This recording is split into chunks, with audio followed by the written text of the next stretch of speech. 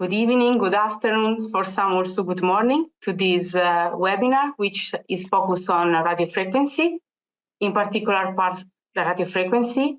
Now I hand over to Nilesh Patel, who is our VP in Medical Affairs at the global level, and to our faculty, Dr. Kyriakopoulos and Professor Napoli.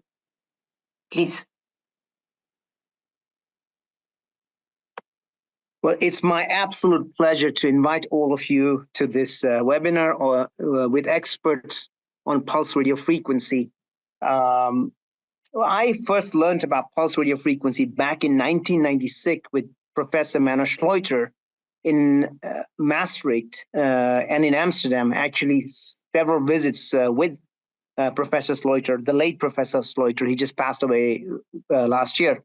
But really, in those days, it was called electromotive force, EMF. And we were not confident of the dosing parameters and the patient selection. And what's happened really in the last 5 to 6 years is that we now know exactly how to dose this. There are two solid RCTs from Korea and China. One comparing pulse radio frequency to epidural transforaminal injections, the other one combining pulse radio frequency to transforaminal epidurals.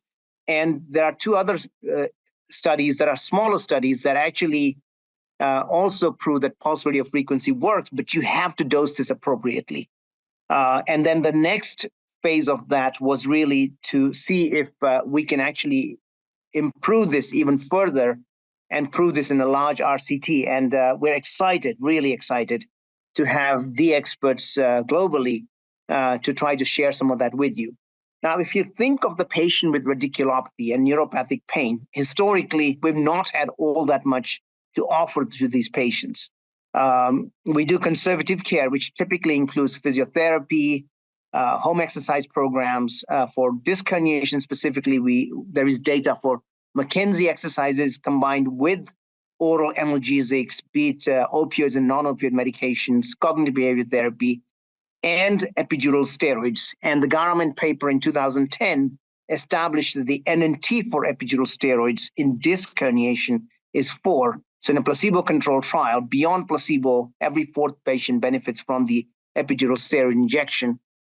And a lot of these people would then be referred to surgeons. Surgeons would often consider surgery, but many a times they don't want to offer the patient surgery. What do we have for those patients? And now we have a solid, established therapy that Professor Napoli is going to help us understand for these patients.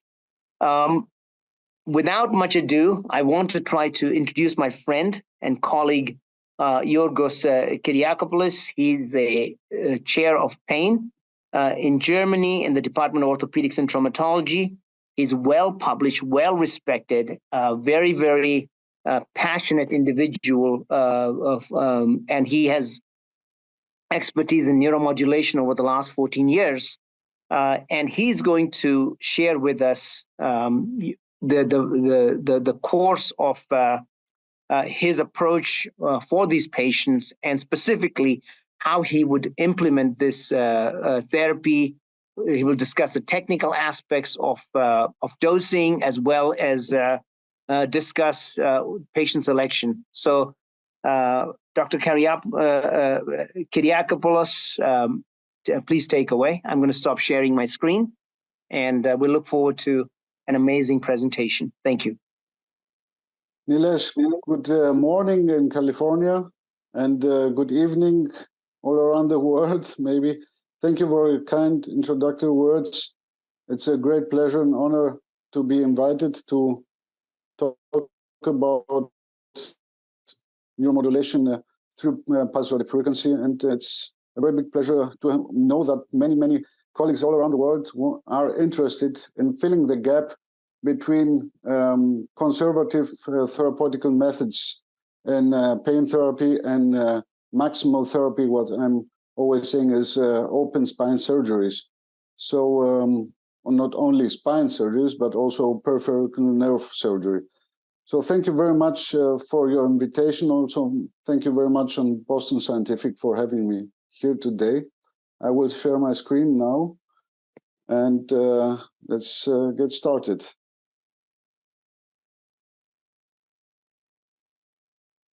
So, this is the hospital where I'm working in since the last 14 years in Germany, when I moved from Greece to Germany. And I found the work in pain therapy as most exciting because it combines nearly every medical discipline. So you have to have a large knowledge about almost everything, at least at a little part, to understand the pathophysiology of pain and the processes and the biological, psychological, and social aspects of the patients. So I was invited to talk to you today about epidural pulse radiofrequency. And yeah, let's say Boston Scientific has a multifunctional electrode, which I will present to you later on with some cases. I won't bother to you all in speaking about pain scales, Oswestry, disability indexes, and all of that. I just want to present you the form lines of the algorithms, the tips, and some tricks you have to understand using the neurogenerator of Boston Scientific, and some interesting alternative methods you can also use with epidural pulse radiofrequency. So, as Nilesh, my dear colleague, said in his introductory words, we know since 1998, since Memo Sluiter, who passed away, but his memorable and honorable work lit the torch of neuromodulation, I would say. It combined a theory from the 70s with the alternative physical mechanism of radiofrequency, because until then we just knew that CRF, the currents which continually flows, accumulates the energy, and we have an ablation through thermic increase. But like Memo, and I'm very honored to have met him and talked with him many times in my life, and with other distinguished colleagues like Olaf Rohoff from the Netherlands, and with Dr. Kalleward. We have discussed many times the effects of pulse radiofrequency, which are not fully understood. We have to be certain that, and to be sincere, that there are not everything evidenced and shown what the effects are, but we for sure know some things. And Higuchi afterwards was the first one who proved that the dorsal horn, if PRF currents act on the dorsal horn, it activates the C-FOS proto-oncogene. So that was the very first study and observation that brought everything further on. It lit the torch, and we have to be sure, as modern interventional pain therapists, to pass over the torch even bigger and more beautiful to the other generations. So that's why we are gathered all today here. We know for sure that the pulse radiofrequency at the targeted area, it accelerates some neurotransmissions, and on the level of the central nervous system. Especially, we know that TNF-alpha inhibitors are being produced, and CGRP. And CGRP, you will know it in other pathologies like migraine therapy. So it is a very interesting thing to look at the targeted area, what happens with these neurotransmitters and with these inhibitors that are being generated. We know for sure that PRF also reduces free radicals, especially these ones with the reactive oxygen species, which are very harmful for our life. And another important thing is that there is, most of the time, if the indication to use PRF is correctly, you have an immediate response. Most of the time, patients, after they have, let's say, being treated with EPRF or PRF on the dorsal root ganglion C3 or C4 or L5S1, they get up and say, I have a fully different feeling right now. And this immediate response may be a little bit worse the next days, but it becomes even more and more and more after some weeks, and the peak of the neuromodulated response is being noticed after 6 to 8 weeks. There are many papers, but as Nilesh also said, we don't know exactly what is the effect of PRF.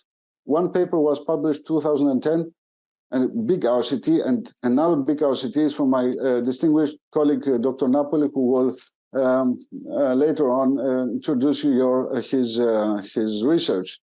We don't have many investigations on human beings. We know from some publications the effect of PRF in rats and other animals, but not exactly on human beings. So if you want to look it up in PubMed or other platforms of medicine, you can see this, what I'm telling you about TNF alpha inhibitors and CGRP, but it would be nice sometime to have also some research, maybe through the cerebral fluid or some blood samples, that the pulse radiofrequency is also activating the TNF alpha inhibitors. So let me introduce you a very good tool we have from Boston Scientific. This is the multifunctional electrode, and as the same is telling, multifunctional. So you see that you have here an injection port. It's not only an electrode with a blunt active tip. Blunt is very important because you don't want to harm the nervous system. You don't want to penetrate into the spinal canal or to injure the dorsal root ganglion. So it's a blood active tip. And you can also modulate it a little bit to navigate. I will show you how you could do it. You have an introduction needle, like a toy needle. And you can also, after or before applying your energy, your radiofrequency, you can apply some drugs. It's like a drug delivery system, let's say like saline, hypertone saline, hyaluronidase, or other drugs, which are also being used in the method of Professor Ratz. The absolute indication for sure is the neuropathic pain. Neuropathic pain due to variable of pathologies like diabetes, polyneuropathy, also by PVD. I'm using it by PVD patients who cannot have a real SCS surgery.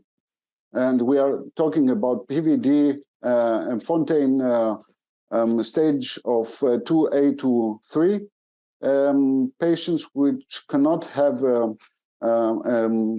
let's say, a larger surgery to implant some SCS electrodes to cover the sympathicolysis effect for the PVD. You can also have a sympathicolysis effect due to the occurrence of the EPRF if you do a tonic stimulation a larger time. I have seen it. There are no evidence-based things, but PVD is also one of the neuropathic pains you can cover.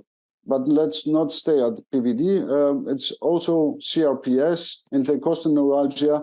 So you can imagine anything which has a neuropathic pain, burning sensation, stitching sensation, and all of that as a pain.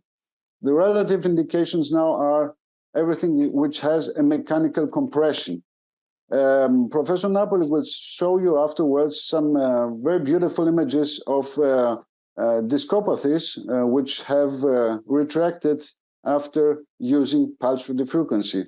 In my observational studies also, but not all of the cases are absolute indications. So if you have a massive prolapse and with a massive stenosis, let's say like of the spinal canal, Schizas grade D, you cannot apply with a PRF and hoping that it will improve. You always can try, but there is no guarantee that it will improve. So arthritis of the spine, anything that causes pain, you can address it because of the neuroimmunomodulative effect that is the PRF triggering. And that this trigger is very important for the next ongoing studies, which will our medical society for sure cover. And we know that not only EPRF, PRF can also be addressed on other nerves, compression system pathologies like the suprascap nerve, the ulnarus and medianus, the stellatum, the impar. Herefore, we use blunt curved cannulas. So once you have reached your targeted area in the epidural space or even the DRG, in my opinion, and this is not an algorithm which is from a book taken out, but it's my personal experience. I'm measuring always the impedance, which is telling me many things about my area where my catheter is situated. In PSPS, let's say, well, because of the adhesions, you have the surgical scar tissue, you will see a higher impedance. In neuropathic pain, which is caused by radiation therapy, by cancer and all of that, you will see that the impedance is lower. Measure it. Apply some saline. The saline will make you feel on your syringe what the resistance of the targeted area really is. And because of the spread out of the saline, your radiofrequency field will also spread out. So it's a nice suggestion to do it. And you will see after you apply the saline that immediately the impedance will have a slight fall down. So it's also a very good way to improve your field of radiofrequency. I'm always testing. I'm not testing because I'm not sure where I am, but I'm testing to see, first of all, the pathology. There are patients with multiple sclerosis, pain due to multiple sclerosis, or small fiber neuropathy. In these cases, you have a positive sensory stimulation at a higher level. You will, you know for sure that due to your neurology colleagues, which are performing the measures of the saphenous nerve, of other nerves, that there are some differences in neuropathic patients. So the best measure would be at 0.4 volt, yeah? And why you also should measure? Because after you apply your pulse radiofrequency on the targeted area, you can measure it afterwards again. You will always see if it has an immediate effect. The patient would give you a positive feedback about the sensory testing at a lower level. Let's say from 0.6, it will fall down to 0.4. And that will tell you if you have to take another 5-minute steps of treatment, or if you can end there the PRF treatment. I'm recommending usually 10 minutes. I'm using 5 minutes for the first cycle, beginning always with 2 hertz, 20 milliseconds, and 65 volts. And if I test again and the sensory stimulation has fallen at least for 0.1 volt, let's say from 0.6 to 0.5, then I will repeat another cycles of 5 minutes with the same settings. Is there no change in the feedback of the patient, and I have sensory and motor stimulation without any changes, I will apply more volts, and I will change my settings, first of all, to 5 hertz, but leave the impulse width, first of all, like this. So these are some recommendations. I will show you now some cases. Let's say an 89-year-old male patient with an ASA stadium 4, so not stadium grade 4. So he has a very high perioperative risk for decompression and spinal fusion. So we want to try an alternative method than that what a spinal surgeon would do. And in this case, with a mixed pain syndrome and multiple stenosis level, but schizus grade B to C. We targeted the nerves L4, L5, and L1 bilateral. And this patient with low back pain and polyneuropathy. And you see the settings, it's just in C-arm. C-arm, in my opinion, is very important in a PRF because you can control it in real time, like you are operating with the SCS, let's say. So you have to see in real time where your electrode is going to. You have your normal generator, the Cosmo or the G4, and your monitor for cardiovascular and pulmonary monitoring. This is some normal setting with hypersaline, hypertone saline, with normal saline, some local anesthetics with which duration has a longer time. And here is some prelocaine for the starter, some steroids, nothing very special. Everything is normal and humble. And you have your neutral electrode and the Cosmo generator with a toy needle. This is the transhiatal approach. You can also have other approaches. I will show you some other cases. You see then in the lateral view with the sacrococcygeal the S4, where you will enter your local anesthetics, and afterwards you will position your toy needle in AP and lateral view. Try not to go ventral, because if you go ventral, you won't address the dorsal root ganglion. The dorsal root ganglion is dorsal.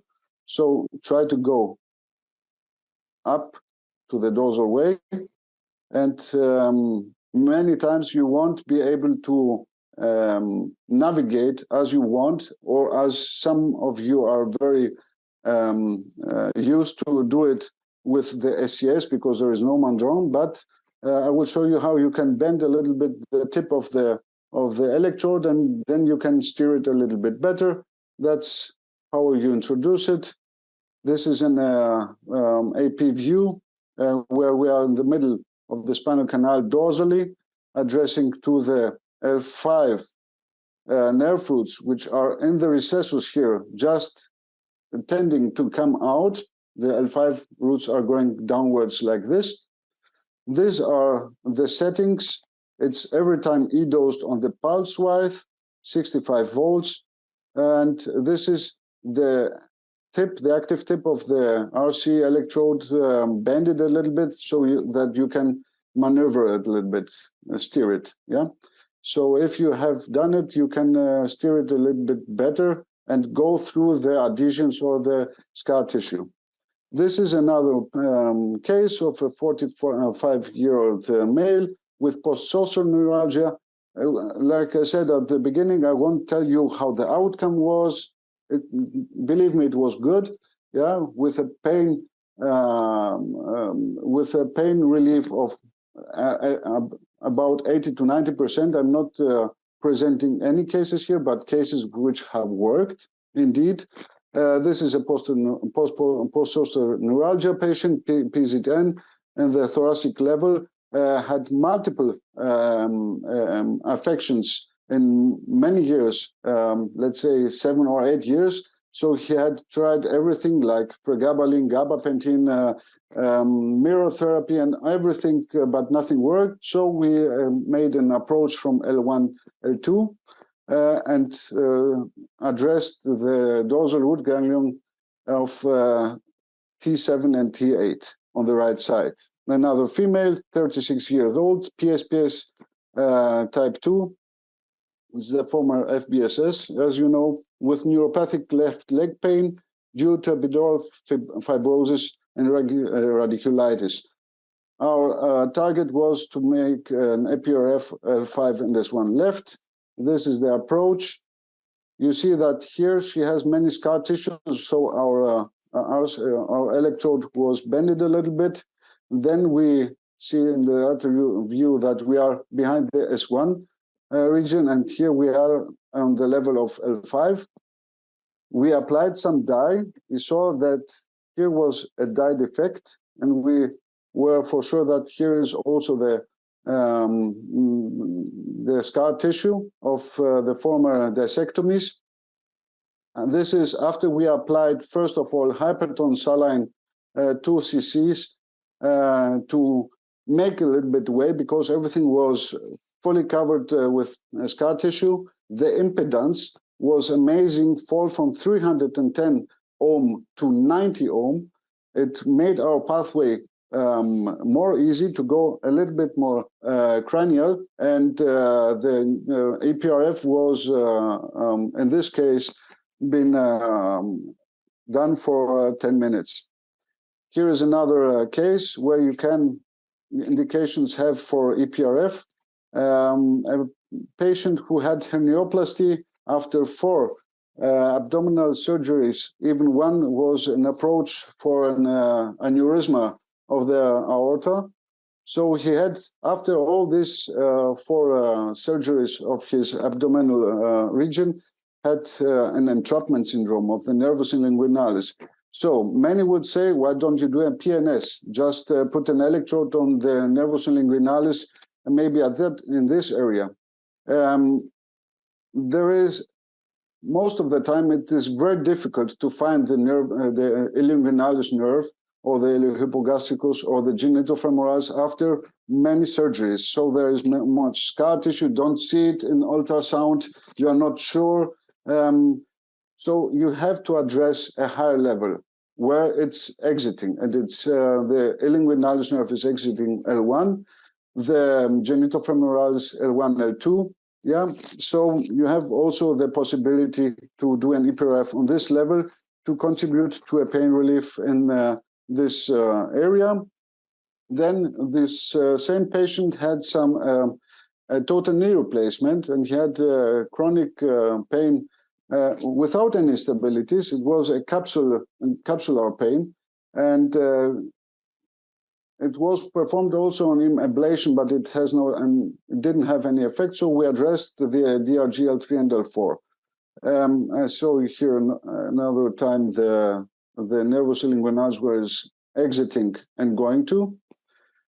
We did a lumbar approach, EPRF for the DRG-L1 left, and also at the same time a caudal approach for the DRG-L4 left.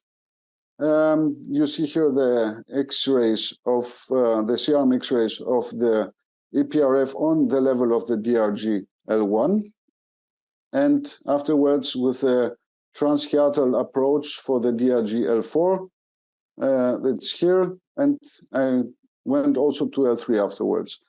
What do you have as alternative methods? Do a PNS maybe of the nervus inguinalis, do a PRF maybe of the same nerve with some saline application to perform a neurolysis and adhesiolysis, do maybe a PNS of the nervus saphenous on the distal third of the thigh.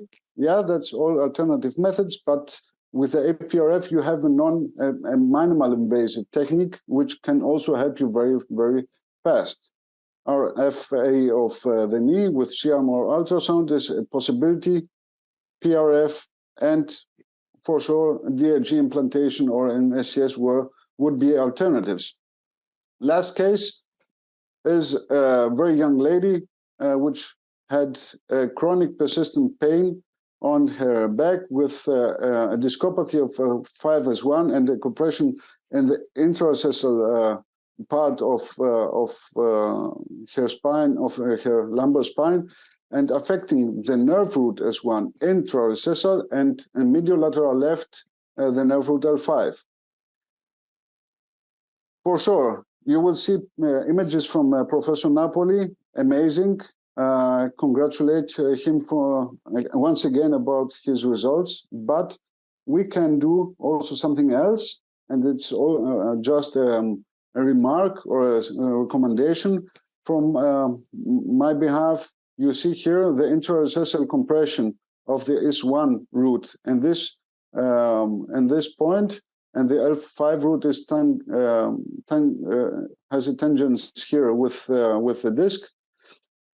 You can combine therapies. That's what I wanted to say.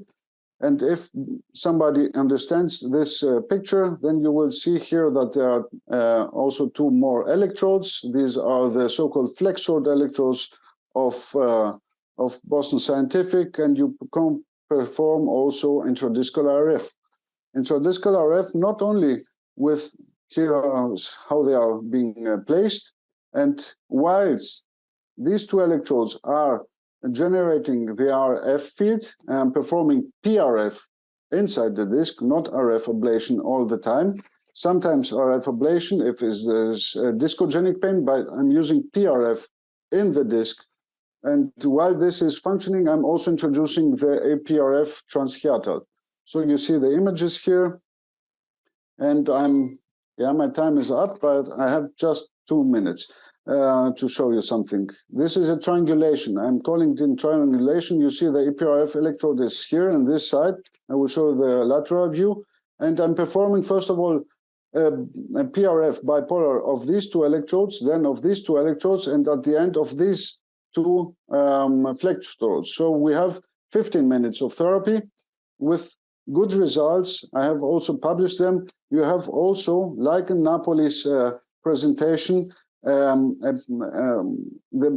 discus prolapse is improving. You see from the lateral view how the EPRF tip is here. Afterwards, going to the DRG level. And for everybody, you should know that the maximum effect you can have through a bipolar radiofrequency is when the active tips of two electrodes are not further than 1.2 centimeters away. So after surgery, we are mobilizing our patients immediately. Not in the cases we have applied the RATS cocktail, because in the RATS cocktail you have bupivacaine, you have hyaluronidase, you have saline. So these patients need some 2 to 3 hours bed rest. But in other cases, if you just have applied a local anesthetics for your approach and nothing else, with only the EPRF, you can mobilize a patient immediately, and he can come to you as an outcome patient and in 1 hour go home. And if it's necessary, you can administer for sure some non-steroidal anti-inflammatory drugs. If the patients have some more pain due to your approach, if the approach was, let's say, through thicker muscles or even at the lumbar region. Our conclusions. We know that in the step-by-step therapy between purely conservative therapies, through physical therapy, patient education, and multimodal therapy, until the open surgeries through neurosurgeons or orthopedic surgeons, you have a gap that with PRF is closing. You can resolve many problems with PRF or PRF. You can avoid many problems that are occurring through long-lasting painkiller intake, but also through the epidural steroid injections all the time. You have a safe, effective, minimal invasive treatment. You can have your patients faster rehabilitated and return to their normality, improve, for sure, the quality of life through all of that. And you have, and this is the most important thing, in my opinion, which the last years, at least in Germany, we are tending to go more to open spine surgeries. You can reduce the open spine surgeries that are being performed in your country through these methods and techniques. So I think if the patient will have a good improvement after your pulse radiofrequency, and he has a response every time you perform it, you can do it every 4 to 6 months. At that time, when the patient has no pain relief or no response for more than 2 weeks, you cannot return to this same kind of treatment. You have to analyze the morphological problem, which is in the background, who's creating this, and maybe go to the next level to perform some SCS. But every time the EPRF can show you if the SCS afterwards will also function. So I think I'm done with it. I know I covered 5 minutes more, but yeah, excuse me for that. You can also find our publications. These are, for example, 2 publications from the EINS this last year in Hamburg, 2 years ago in Barcelona. So this is not only what I think. We have also analyzed it with some 130 patients with pulse radiofrequency with multi-center study. So I think that's it for now. Wonderful. Yorgos, excellent presentation as always, sharing real-world experience. Of course, in science and in clinical practice, we always look for randomized control trials to establish cause and effect. It has to be corroborated with real-world evidence because RCTs may not necessarily apply to real world. And so I'm glad you shared all of your real-world experience. And now I want to turn to Professor Napoli. He's a radiologist, well-published, very well-respected in the radiology community, to share with us his experience and, more importantly, one of the most pivotal studies that we've seen in disc herniation and conservative non-surgical management. The last study that was important was Garman's paper with 150 patients randomized into different groups that established that epidural steroids have an NNT of 4. So a lot of these patients in a placebo-controlled trial, every 4th patient benefits beyond placebo. What do you do with the other patients? Often these people ended up needlessly suffering, or in some cases they had surgery. Is there something in between? And Professor Napoli is going to share with us. Yorgos, if you can stop sharing. Professor is going to share with us his experience and expertise and a pivotal RCT that was presented at NAS and made splash globally in this community. Professor Napoli, please take away. Thank you very much, Nilesh. It's a great pleasure for me to share my experience with you, and especially in this particular domain. So I'm an interventional radiologist by formation, and lately my experience is focused dominantly into spine interventions, and specifically we focus on the lumbar disc herniation, the symptomatic lumbar disc herniation. Let me start with what we can consider a natural history of disc herniation.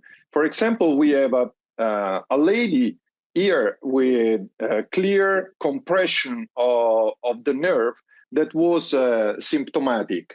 She refused surgery and she did physical therapy and exercise afterwards. After some point, pain was gone, and she did want to see what happened to her herniation. So the herniation after some time did disappear completely.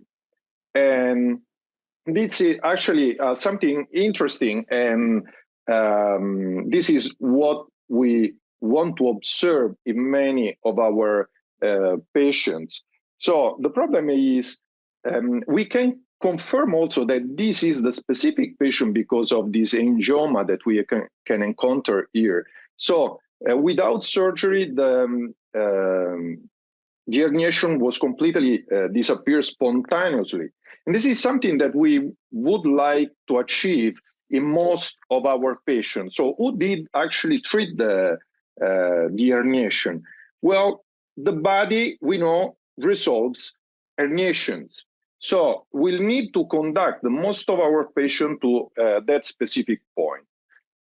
The problem is when the symptoms prove refractory, patients are at an increased risk of unfavorable outcomes and increased use of healthcare systems. So for those patients that fail conservative treatment, they usually are indicated to surgery. So in the non-surgical compartment, we need to offer structured and evidence-based therapies that will allow for spontaneous resolution of the herniation while having the patient without significant pain.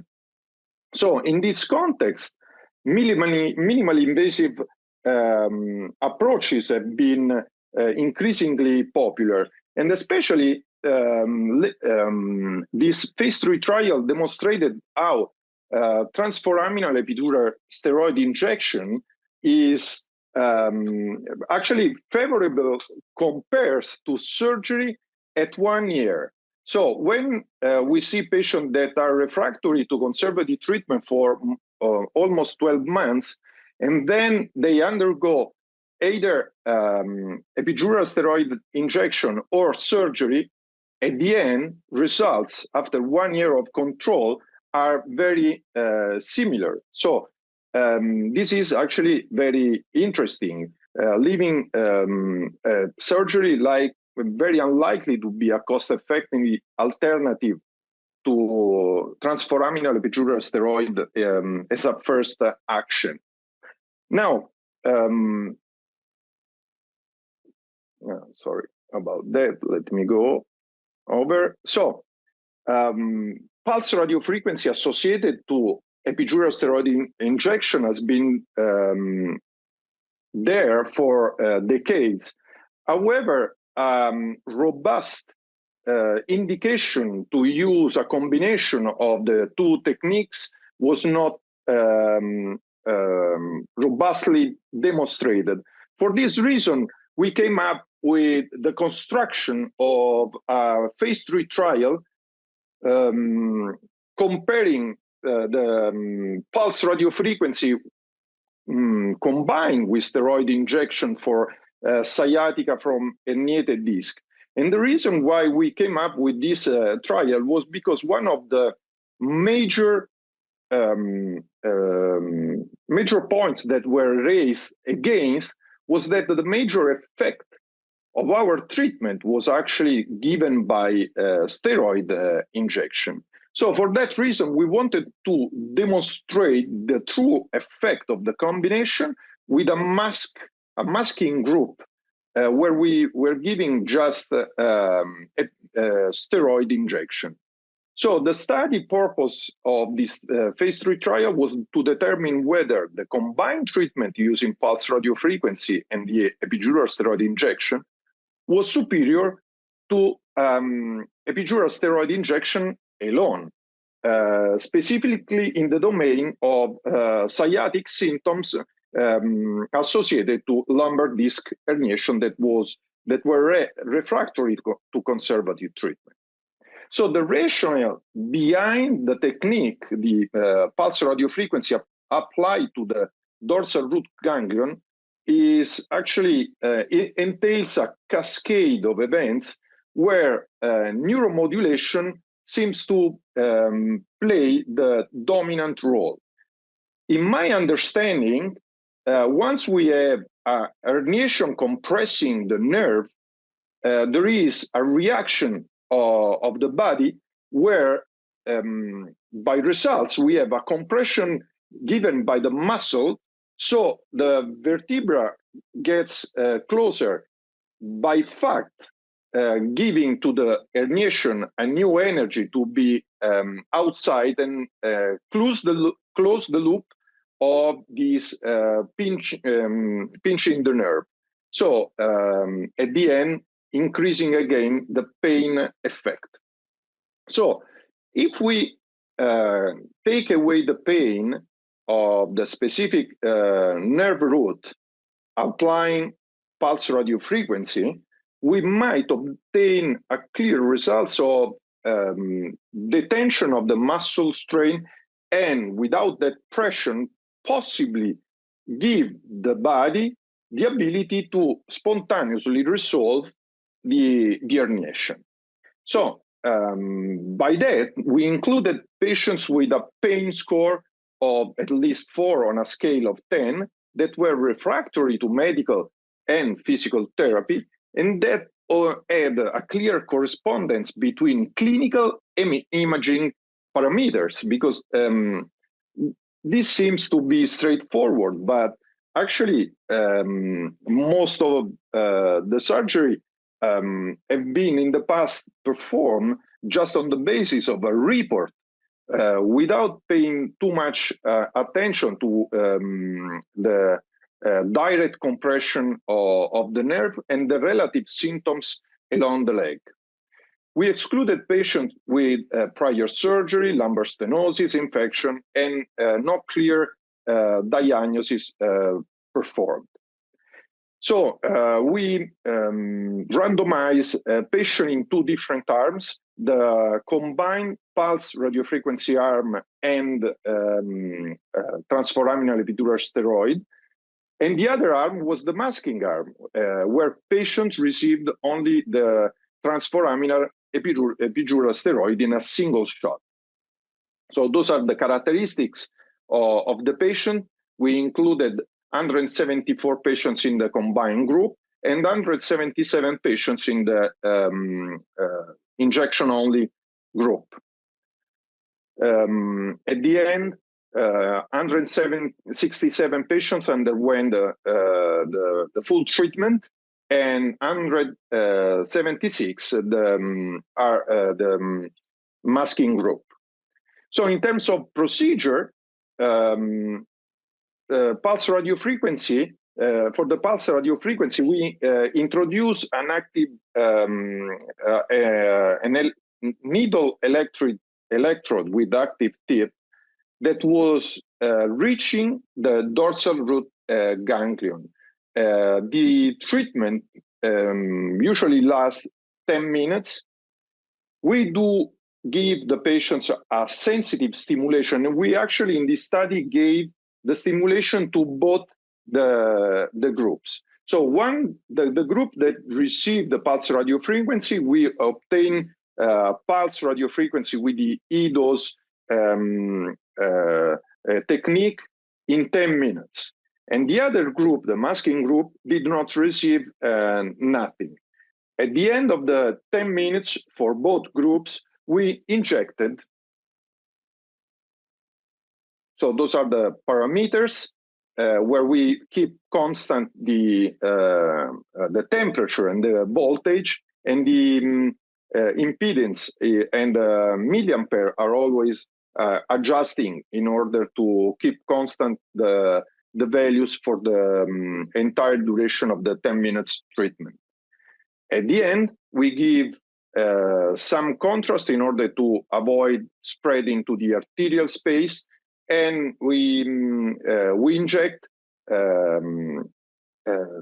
epidural steroid, either with a particulate or the dexamethasone, according to the preference of the investigator at each site. Patients were recruited in 3 different sites. 2 were university hospitals and 1 spine clinic. In this image, you can see that the tip of the needle, the active tip, was positioned laterally to the portal of entrance of the radicular space, in order also to avoid intra-arterial infusion of the mixture of steroid and lidocaine. You can see in this specific case that the herniation was here, the nerve root and the dorsal ganglion is about to be here, and the nerve was crossed by the tip.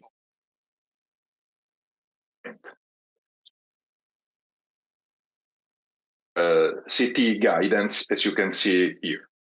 In outcome measure, primary outcome was measured on pain scale using the 0 to 10. We define pain recovery as a complete or nearly complete resolution of the symptoms, giving a numerical rate score of 0 to 1. As a secondary outcomes, we used quality assessment using Roland Morris or the Oswestry disabilities. All these measures were performed at baseline, 1 week, 1 month, 3 months, and 12 months. Ask the patients additional questions regarding the of the entire year of follow-up, giving that specific treatment that was performed. So in terms of pain assessment, after 1 week, there was already a significant difference between the patients that received the combined treatment as compared to those that received only the steroid injection, with a factor of 2.3. So a significant difference starting at the first week after treatment. At 4 weeks, there was still a difference with basically we had the double 2 times the effect with the combined treatment with respect to the masking group.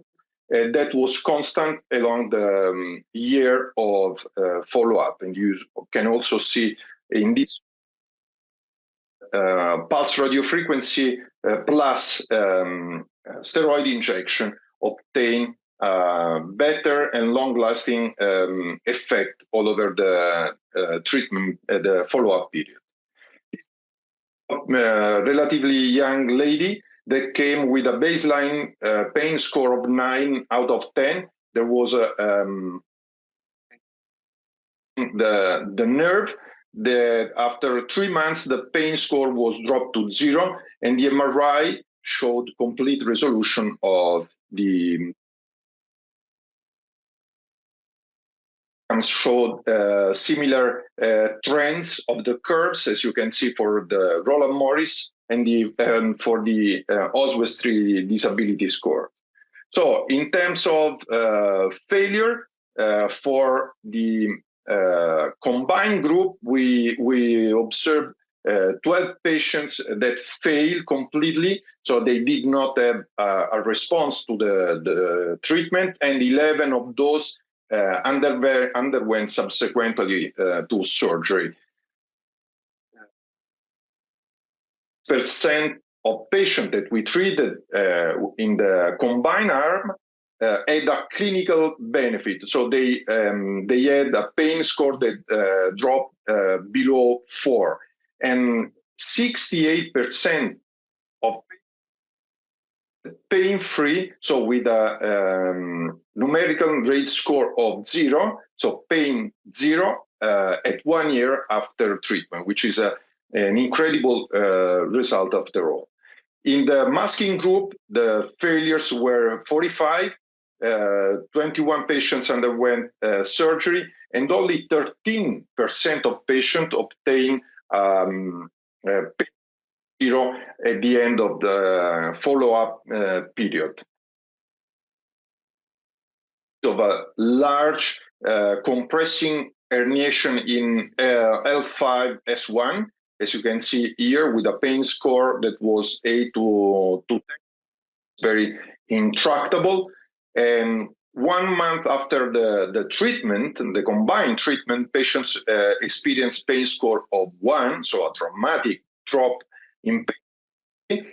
And 1 year later, the herniation was completely gone. From the axial image, that was a large extruded herniation that was completely resolved. 10 minutes treatment in an outpatient setting. Of the study are that we didn't use a placebo or sham group in order to understand if this patient could also obtain a spontaneous resolution without any other additional treatment, but we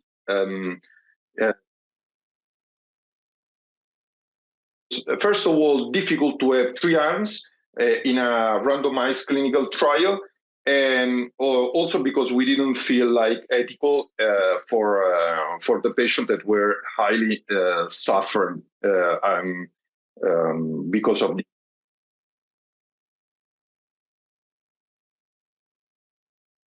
considered to be a large needle for the epidural steroid injection, but this is the needle that we use for active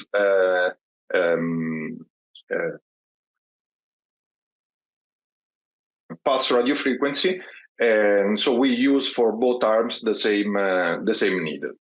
At the end, the participant with persistent sciatica caused by disc herniation that underwent the combined treatment with pulse radio frequency and transforaminal epidural steroid injection experienced better clinical outcomes with a pain relief and functional recovery at 1 year that was to those who underwent transforaminal epidural steroids alone. This phase 3 trial clears the use of a single 10 minutes procedure which combines the pulse radio frequency and the steroid injection in the management of subacute sciatica due to lumbar disc herniation. And of course, this will limit the need, and has limited actually the need for subsequent surgery. With the overall advantage of being a non-invasive treatment, indeed it is needle-based treatment. CT guidance allows for accurate target identification, a fast recovery time. 1 week after treatment, patients were almost pain-free, so very low complication rates and no significant adverse events. Most of the time, this is a single procedure performed in an outpatient basis. So the patient after the treatment, after 1 hour of observation after treatment, they go home easily. And if needed, this technique can be also repeatable. With that, I would like to thank you very much for your attention. Professor Napoli and Professor Kyriakopoulos, thank you so much for these very enlightening presentations, both practical as well as scientific based. A couple of things I just wanted to make sure, because in the interest of time, I want to also summarize some of the other data that's out there. So Kay et al.'s paper basically had 96 patients in a sham control study that demonstrated that this is not a placebo effect. We also have study from Pai et al. With 125 patients randomized, demonstrating that pulse radio frequency is superior to conventional medical management. You briefly shared the transforaminal versus pulse radio frequency paper from Korea from Dr. Lee et al. And again, you demonstrated that adding pulse radio frequency to the traditional transforaminal epidural injection helps the patients have superior outcomes. So this is wonderful work. And as with medications, for example, for gabapentinoids, dose matters, timing matters. Likewise, what's happened in the last 5 years is really we've understood that the higher the voltage, the better the outcomes, and that's Wan's paper. And the longer the duration of pulse radio frequency, the better the results. So now we also know that what the right patient is. It's a patient with neuropathic pain, and we've got data for cervical radiculopathy, thoracic shingles, for example. We've got data for disc herniations, and so this is an important step forwards. Professor Kyriakopoulos, have you seen an improvement in outcomes in data now that you're using higher voltages compared to Professor Napoli? So like I said in my presentation, I'm using usually 65 to 85 volts. For sure, for a classical PRF with a blunt needle with a 5 or 10 millimeter active tip, I'm not sure if the higher voltage can be achieved, like using a multifunctional electrode. But I think, like you said, that, and I believe it, that 65 to 85 volts and a larger time, I'm using at least 10 minutes for one target. And most of the time we are targeting 2 or 3 nerves with a multifunctional electrode has best outcomes. And it would be very interesting and very wise that the next research we will do as a society of neuromodulators and pain therapists would not only be what Professor Napoli just showed us, which is amazing, but in my opinion, we should show that PRF as a standalone therapy is superior than in any means epidural or transformer steroid injections, because I believe firmly, since 7 years I'm doing that, and I'm not applying steroids. Otherwise, the technique shows us that through the neuroinhibitors of neuromodulative inhibitors, what we are generating through the pulse RF, the nervous system and our immune system will deal with the rest. So I think it would be very, very interesting to do on a further future also other RCTs with steroids versus PRF, and not with PRF and steroids. It's amazing results, and we could and we should go on researching and helping people through it and avoiding open spine surgeries. That's the most important thing, in my opinion. Professor Napoli, there's another question. It says, thanks for the interesting talks. How far from the needle tip will pulse radiofrequency travel? And where do you place the needle in relationship to the dorsal root ganglion? Place the needle as close as possible to the dorsal root ganglion. And usually I rely on the stimulation. So being at 0.2, as soon as the patient feels the sensation along the leg, at 0.2, that's my target. If the sensation is too high, so it means that the patient starts to feel at lower points, then I tend to get the tip little bit further out. And if the patient feels at the very high points with respect to the 0.2, position of the needle in order possible to the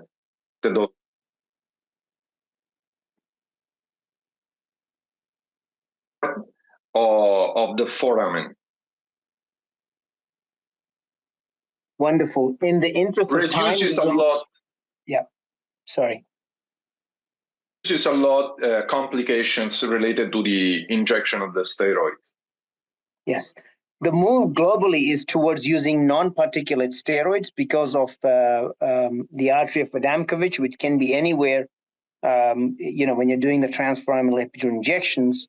And I think this is another reason why, this is a nice, safe additional therapy. And you had chosen yourself, I believe you do dexamethasone injections. So I think that's something else that's important to realize. Again, in the interest of time, I'm being nudged to try to stop this here. We're already over by 4 minutes. So thank you, everyone, for joining. This was an excellent, excellent presentation. What a transformative therapy we have.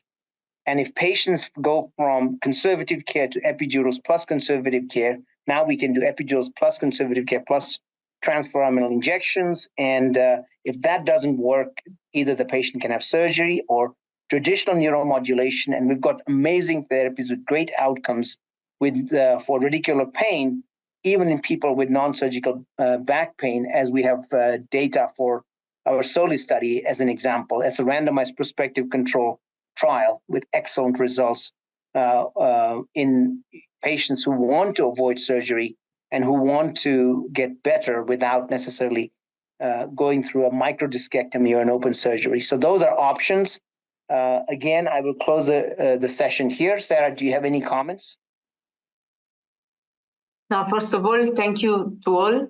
And I saw there are some other questions, and we will reach out with the answer with a separate email. Yeah. Thank you to all. Thank you also and thank very you to much. the speakers. Yeah. Thank you. Have a nice and great evening.